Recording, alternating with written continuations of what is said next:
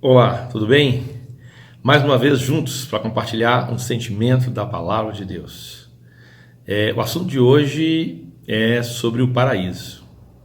É um assunto muito difícil, profundo e muito interessante. E eu creio que a gente vai ter que ministrar em mais de uma parte. E é um assunto que a gente tem que aprender com muita oração. Eu quero estar iniciando esse assunto, abordando esse assunto aqui, mas antes queria te pedir, se você não se inscreveu, se inscreva no nosso canal, aperta lá o joinha, né? E compartilhe com seus contatos, porque fazendo assim você vai estar sendo um instrumento nas mãos do Senhor para alcançar vidas na edificação da palavra. Amém? Então, vem a grande questão. Quando um cristão morre, ele vai para o céu? Já viu isso? Quando você morrer, você vai para o céu. Mas se a gente estudar a Bíblia, você vai descobrir que quando a pessoa morre, ela não tem como ela ir para o céu. Por que não pode ir para o céu? É a grande pergunta, né? Tem alguma razão específica porque o cristão, após a sua morte, ele não pode ir diretamente para o céu? Tem sim. Eu vou mostrar para os irmãos os textos, o porquê que não pode estar. Não é porque Deus simplesmente diz, não quero ninguém aqui e só depois vocês virão para cá. Não é por causa disso. Tem pontos muito claros e específicos do porquê que nós não podemos estar lá. E tem a ver com a nossa condição, mesmo depois da morte. Então, a primeira coisa é a seguinte: ninguém pode estar no céu. Eu vou ler o texto para vocês acompanharem. É porque ninguém foi revestido da habitação celestial. Deixa eu repetir. Ninguém foi revestido da habitação celestial. Se você me perguntar o que é a habitação celestial, é o corpo de glória, porque ainda não ocorreu ressurreição. E quando eu falo de ressurreição, eu estou falando de ressurreição, a palavra é anastasis. As pessoas confundem anastasis com anabioskomai. Anabioskomai é o que aconteceu com Lázaro. Ele morreu, depois ressuscitou, mas ele voltou a morrer de novo, né?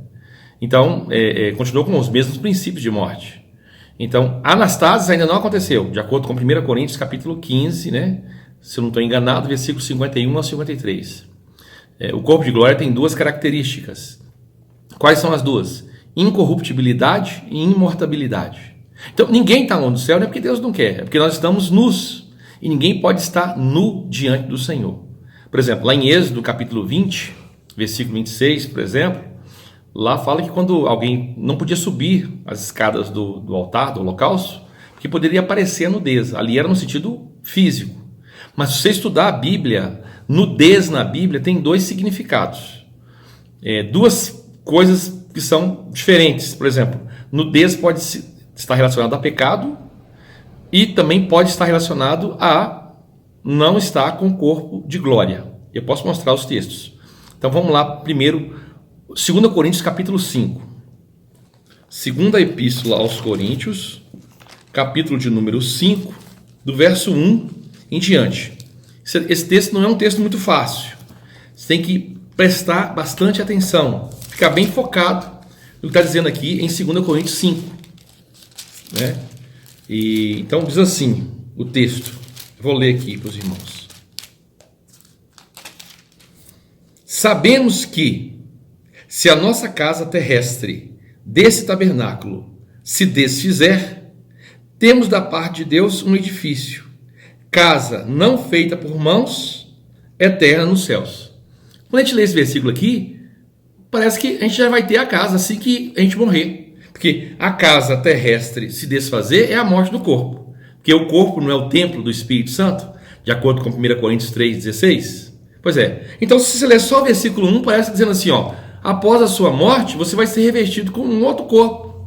Mas só que tem um versículo de baixo, olha o de baixo. E, esse I aqui você não pode desconsiderar.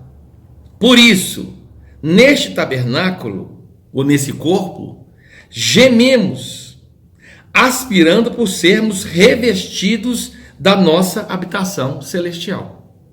Ninguém foi revestido, porque lá em Apocalipse, em Coríntios 15, 51, 52, fala que quando tocar a última trombeta, né, nós seremos transformados em corpo incorruptível e em corpo imortal.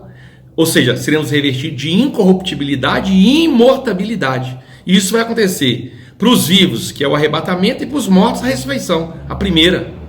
Tá certo?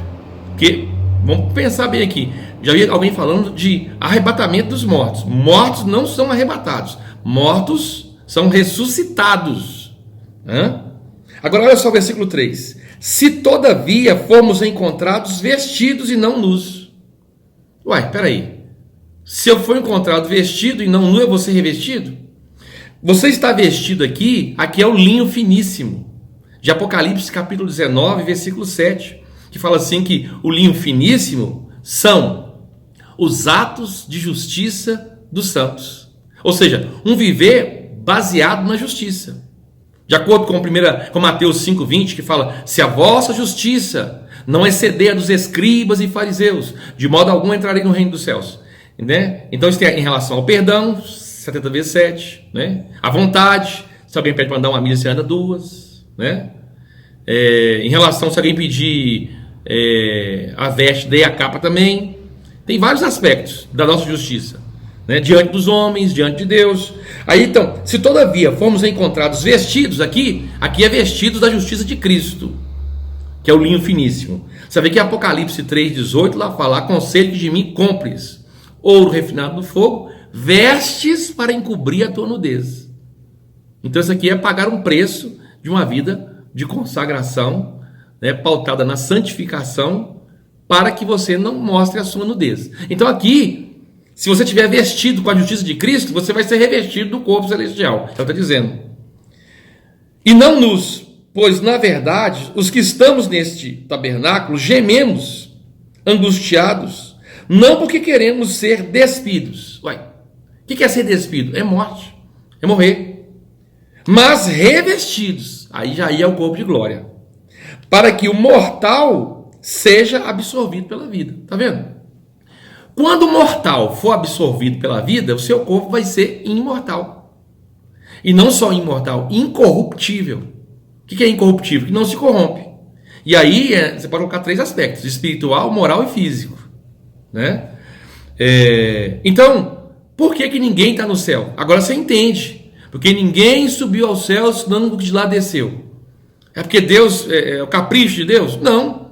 Como é que a gente vai estar nu, sem o corpo de glória, na presença do Senhor? E se alguém falar que alguém já ressuscitou, é mentira. Por quê? Porque Paulo fala lá em 2 Timóteo, capítulo 2, 2 Timóteo 2, Paulo fala assim, versículo 18, se eu não estou enganado, 2 Timóteo 2, 18, olha o que diz lá, eu vou ler aqui. Estes se desviaram da verdade, asseverando que a ressurreição já se realizou, e estão pervertendo a fé de alguns. Quando ele fala ressurreição aqui, é a superior ressurreição, né? É a ressurreição, com a palavra no grego, anastasis. Não aconteceu ainda, né? O único que ressuscitou foi Cristo, de acordo com 1 Coríntios 15, 20. Ele é a primícia dos que dormem. Ele foi o primeiro. Mas ainda ninguém ressuscitou com o corpo de glória. Então isso é um ponto muito importante para a gente aprender aqui. Agora, outra coisa que a gente precisa saber aqui. Então, e Elias? E Enoque? Eles não subiram ao céu? Subiram. Mas só que tem que entender uma coisa. Tem primeiro céu, segundo e terceiro. Eu estou falando do terceiro céu. E tem uma posição no primeiro e segundo céu, que é um lugar espiritual, né, onde também tem o pavilhão de Deus, que isso é outra coisa. Eu estou falando que ninguém subiu. Quando falar o céu, é o terceiro céu. Por exemplo, o primeiro céu é o céu físico.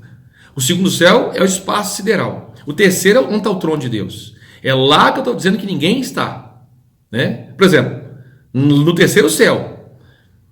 Então, deixa bem clara essa questão aqui.